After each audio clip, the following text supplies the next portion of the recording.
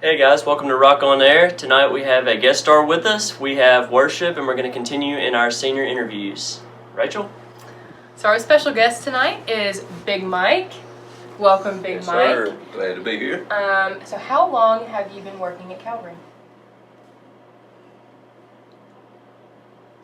6 years. 6 years.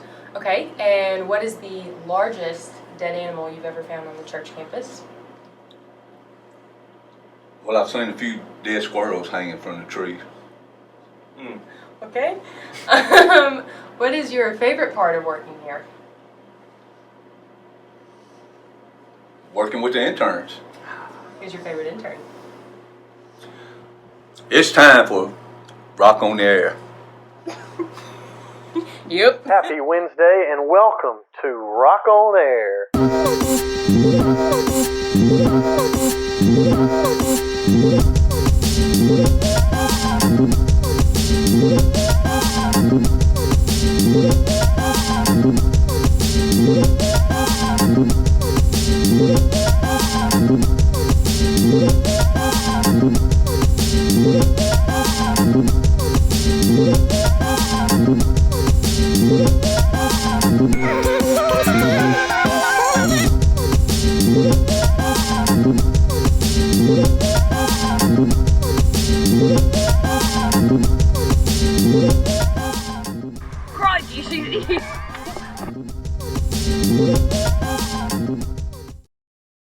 Well, Mark, thanks for being here with us tonight as part of Rock on Air. And as we've been doing these senior interviews, it's been fun to kind of hear from each of you and different perspectives that you bring from being part of Rock. And I've enjoyed hearing the advice that you would give to the people who are watching. So thanks for being here tonight. Thank you. And we'll run through our questions. All right, so the first one is, I should not have had them wear their shirts for where they're going, because this week, again, you can tell already, but you're going to school where? Mississippi State. Mississippi State.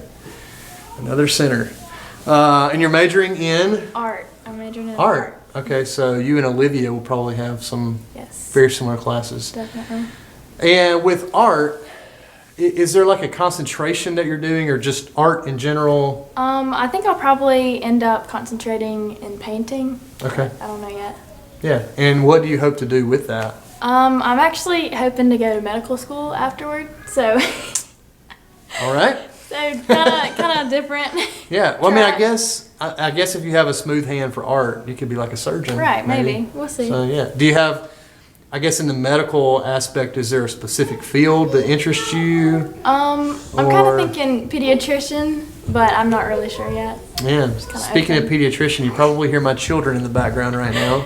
Mm-hmm. Sorry about that. No, that's cool. I think it was Lydia who talked about how, what she was looking to do kind of fed off of a childhood experience with health issues. And so that's cool. Well, great. So that is, I guess, kind of the looking to the future, going to Mississippi State. Hopefully she'll find Jesus there. Majoring in art, which is not a surprise. And then maybe medical school one day. Maybe so. So beyond that, though, are you hoping to stay close? You want to go away? I guess I'm just open to whatever. Gotcha. In the future. Now, Tupelo's got a great hospital. Mm-hmm. You can still be a member at Calvary. You can teach Sunday school like your parents. Yeah. You're welcome to stick around. I'd love to do that too. Yeah. All right. Well, let's look backward now. All right.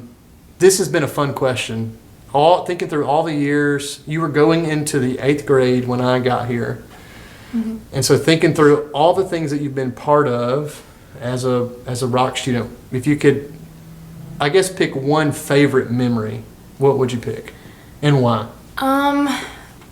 I know I've had a lot of great memories, but one of my favorites has been going to Ecuador this past spring break. And just the experience there and leading worship and participating in the skits, and they were really fun. Just that whole week. That's cool. And this was your second year. Right. Your second time to go. So first year in 2018 and then 2020. I'm thinking through, I guess, international missions. Do you feel like that was a stressful thing? Do you feel maybe parts were stressful and parts were not? Parts were definitely stressful, but just the whole week, I could feel God like there. Yeah. And it was really cool to see that. Yeah, awesome. Well, very good. Well, a piece of advice. I think, if I were to ask your parents, they might say, I don't know if she's got any advice to give. But I'm just kidding. But if you could say, give one piece of advice, anything, to our underclassmen, whether it's spiritual or related to school or family life or just anything, if you could give one piece of advice, what would it be? The one piece of advice that I would give would be to find that core group of friends, of Christian friends that you can hold accountable and that can hold you accountable throughout high school. That's been the best for me. Yeah, and why do you feel like, that is such a valuable part of your life? It's just throughout everything, if you have that core group of friends, it'll help through everything. Yeah, awesome. Well, good. That's a good piece of advice. And one of the ways you can find that core group is through a discipleship group. I know you've been part of a discipleship group for how many years? 3 years? 4 years? 3 or 4. Since we started them, right? Yes. Yeah, I was thinking you were in that first batch. Yes. So yeah, discipleship group is a great way to do that for sure. Yeah. Well, Mari, thanks for taking time out of your busy schedule. Thank you for having me. There's so many places you have to be right now. No, but thanks for being here. And my prayer for this class, it has been the same for every class, but that you'll leave a legacy of faithfulness. Mm-hmm. And as you're the 4th interview so far, and as I think through those and then look to the last 2 that we have, I know that the legacy is definitely going to be there. And so I'm prayerfully these videos are helpful for our students. So thanks for doing that for us. So. Thank you for having me. All right. Hey guys, we're coming to you from the elevator. We're going to lead you in worship. I've got Foster and Rachel here with me. You'll be seeing a lot of them. And this is kind of an introduction for them for their summer. So they're going to be part of our summer staff. And so let's do some worship. So, yeah. 1, 2, 3, 4.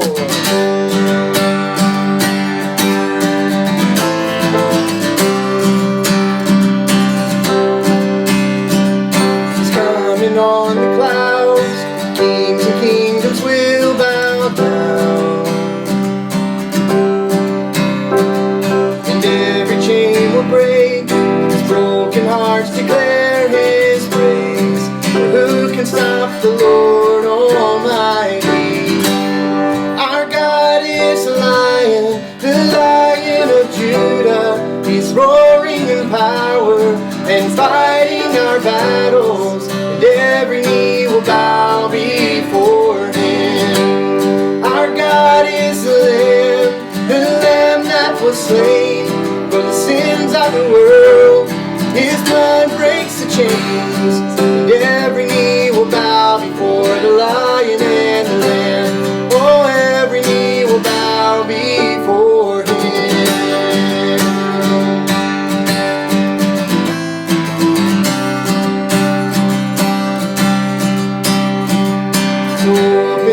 The gates, make way before the King of Kings. Our God who comes to save is here to set the captives free. For who can stop the Lord Almighty? Our God is the Lion of Judah. He's roaring in power and fighting our battles. Every knee will bow before Him. Our God is the Lamb that was slain for the sins of the world. His blood breaks the chains, and every knee will bow before the Lion and the Lamb. Oh, every knee will bow before Him.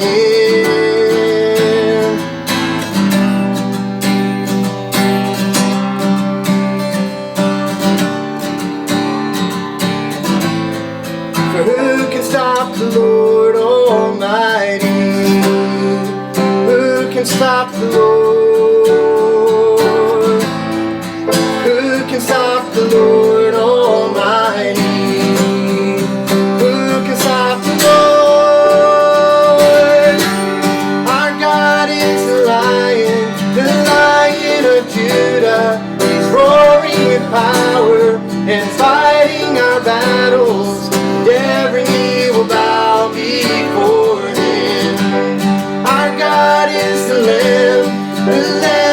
was slain for the sins of the world. His blood breaks the chains, and every knee will bow before the Lion and the Lamb. Oh, every knee will bow before Him.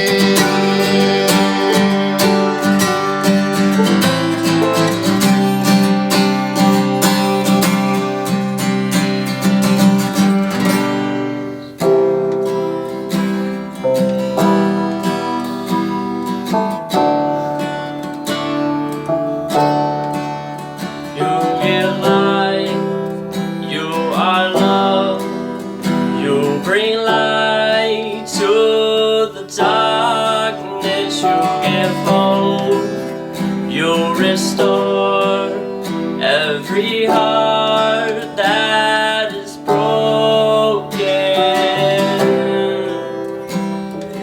Great are you, Lord. It's your breath in our lungs, so we pour out our praise. We pour out our praise. It's your breath in our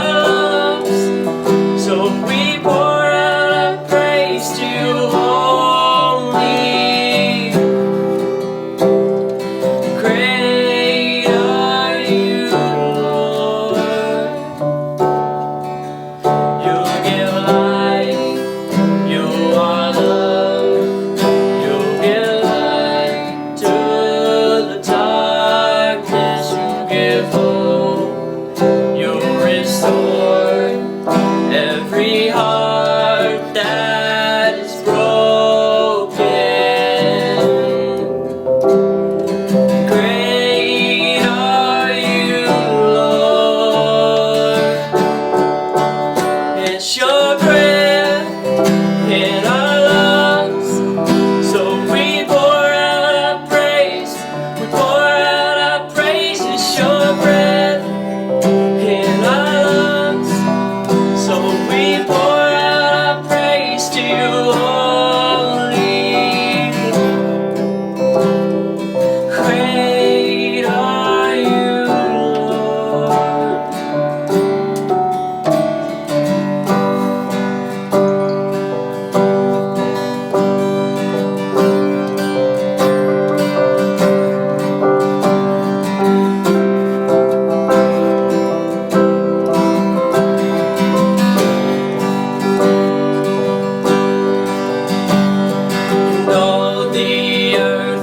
Shout your praise, our hearts will cry, these bones will sing.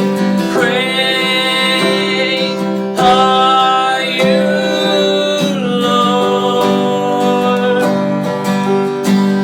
and all the earth will shout your praise, our hearts will cry, these bones will sing.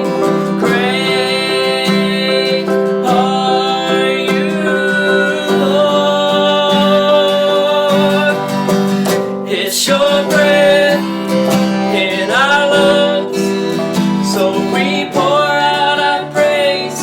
We pour out our praise. It's your breath in our lungs, so we pour out our praise to you only. Great are you, Lord.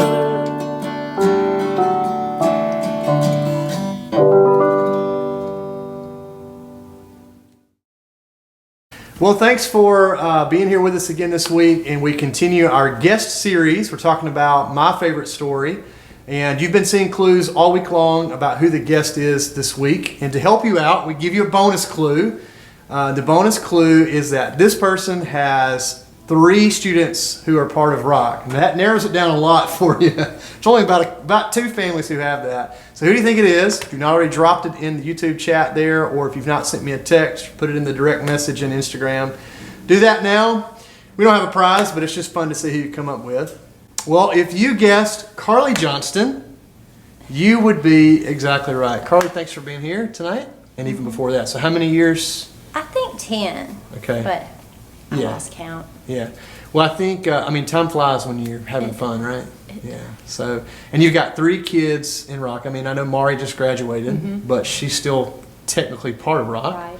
And you've got Lucy and Rebecca, and then Celia's not far behind, right? Right, she'll be in 5th grade. Yeah, wow, that's awesome. That's awesome. You can't see her, but Celia's sitting right over there. So I told her I wouldn't embarrass her, but now I have. But anyway, sorry.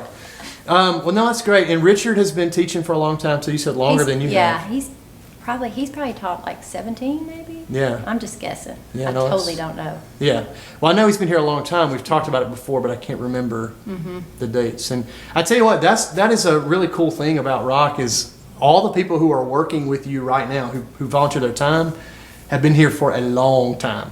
And that's just a testament to how Calvary loves students. And that's an encouragement to me as your youth minister. And I'm thankful for you, Carly, for leading Thank you. the way that you have. So, I had another question that I was going to ask you, and it's gone now. Are you guys going on vacation this summer? We Maybe? hope to. We Yeah. hope to. Hope we'll go to the beach. We go to the lake. Mm-hmm. The in-laws have a nice lake house, so Awesome. we've been cleaning that up, getting that ready for the summer. Yeah, that's cool. Oh, and I was going to ask you. So you grew up in Tupelo, right? Right. At Calvary, and Richard grew up at Calvary. Well, we both moved here. He was in 6th grade. I was in 2nd. Okay. So we grew up in Calvary, and then I moved off to Mississippi State. Then I moved to Hattiesburg, went to Southern for a master's. Moved to Memphis, Oh, wow. and then Richard asked me out, and I was living in Memphis. Oh, nice. Was he in Tupelo then? He was. Okay. So wow. I came back one weekend, and the rest is history. Well, how about that? 4 kids later, and how many years have you been married now? 20. 20 years of marriage and 4 kids later. That's wild. Still going strong. That's awesome, yeah. So if you could pick one like favorite memory from your marriage, and you can't pick like one of your kids' births because that would be playing favorites. I'd have to say when he proposed. Yeah. Yeah. All right. He memorized 1 Corinthians 13, Uh-huh. quoted that. We were in a little canoe, Oh, cool. so that was sweet. That's awesome. Well, My, good. my Sunday school girls know the whole story because somehow when I was giving my testimony one Sunday, it was kind of in our Sunday school curriculum, you were supposed to do your testimony. And so I was sharing my testimony, and I kind of just touched on how we met, how we got married, and they were like, give me more. So they know everything. Yeah, pretty that's so funny. cool. Yeah. Well, I guess before we jump into the text tonight, I think most people probably know what you do, but just kind of tell us what you do for a job and maybe your favorite, like if you have a hobby. A lot of people don't know what I do. It's like my secret agent job. I teach online. I've taught online for ICC for the longest, but now I teach for 3 community colleges. Oh, I So didn't just- realize that. I do Holmes, Northeast, and ICC. Oh, cool. And I kind of string together, it's all online, but a lot of the, when it's not the coronavirus, I still go to campus. Oh, okay. But Do you have to go to all of them? I've never been to Holmes. Okay. I do everything remote for Holmes, but I'll go to Northeast and ICC a good bit. All right. So Well, that's teach fun. So, speech. yeah, The some of you dreaded guys, class. that's right. The dreaded class. People don't want. I know some of our students have had you already, Yes, right? yes. So some of you will have Carly, Miss Johnston, Yes. in the near future probably. So Awkward. Yeah. No, that's awesome. Well, we're doing my favorite story, and you have chosen what as your favorite story? I don't know why it's my favorite story. I guess I relate to Martha more than I do Mary, but the sisters, Uh-huh. Martha and Mary. And I think about Jesus when he said that line about Martha, Martha, and I just think, Carly, Carly. Like I think of Jesus telling me, slow down and don't be so distracted.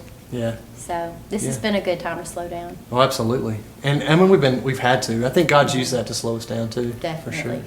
So the passage is in Luke chapter 10, at the very end of the chapter. This is directly after the parable of the Good Samaritan. And Jesus, as he's traveling, he ends up having this conversation with Martha and with Mary. So are you good with me reading that? Yeah, you can Okay, read it. awesome. So Luke chapter 10, starting in verse 38, reading to the end of the chapter, it says, While they were traveling, Jesus entered a village, and a woman named Martha welcomed him into her home. She had a sister named Mary who also sat at the Lord's feet and was listening to what he said.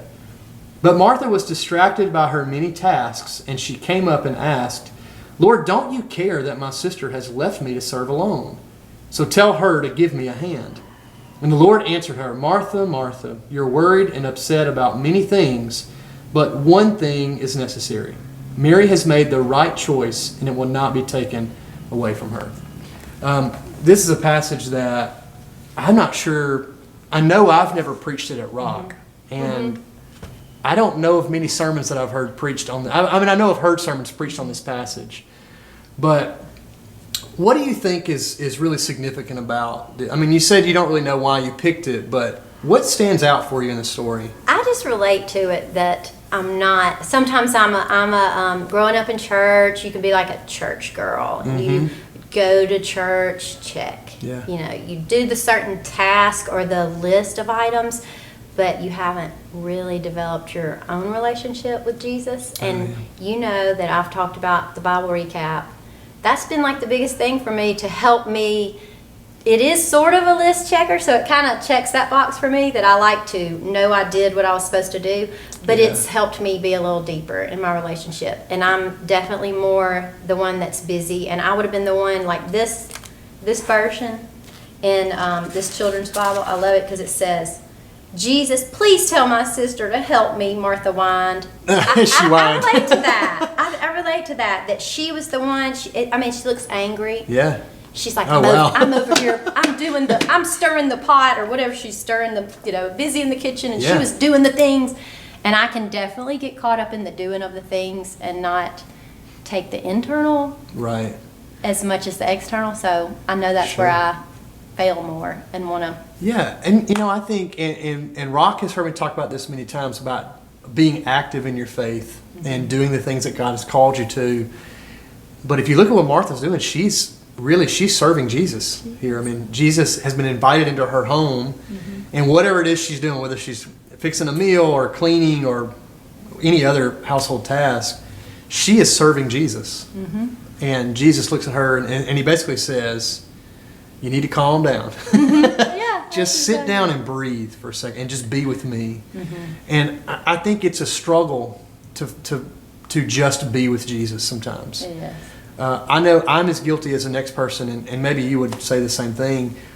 I feel like if I'm not doing something, that I'm not living out my faith, and I don't think that's accurate. I think the people who shut themselves in their prayer closets and pray, and the people who are just still with God, they're actively living out their faith as much as the person who is constantly going and meeting needs and serving and doing all those things. So there's a balance. Definitely. There's a balance. Do you think do you have any advice, for our students on how to find that balance? Like, how do you actively serve and yet actively just be with Jesus? Well, I like how he was gentle when he said, "Martha, Martha." It was kind of like, whoa. And it's just something where, yes, all those things can be good things, and you can do all the good things, but if your heart is not right doing them, and if you're not being changed, your fruit would be even so much better. Right. Maybe those things that you were doing, it would look different, or it might look like less, but might bring more to somebody. Just, serving with love. Sometimes we're going about and doing and in the kitchen or doing the things, the actions, and our heart isn't in it, and it's just, it would have been better to not do that, but do something different. And if we're still, or we're in that closet or in that quiet time with God, he'll lead us to know what the right thing to do, and we can do it calmly and not be in a frenzy. I feel like I'm the frenzy sometimes. Yeah. Well, I think that's definitely me, too. I feel like if I'm not going, then I'm not doing enough. I think that maybe a lot of people would say that, too. And I'm as guilty as the next guy of encouraging people, hey, let's go and let's be active and let's do things. And sometimes God's just called us to be, just to be with him. So I think this is a great passage for us right now. As you said before, she's distracted. She is. And God has... I've said this before, I'm not saying God has caused the coronavirus. Right. I'm not saying that at all. But I do think he's using it to help us to slow down. I know things are beginning to reopen and people are excited about getting out and going, and my family is too.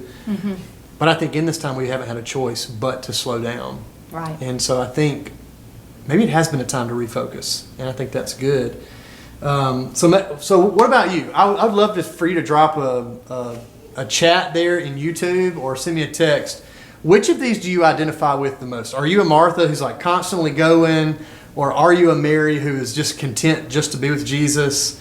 I mean, this is for guys and for girls too. So guys, you can be Mary or Martha in this scenario.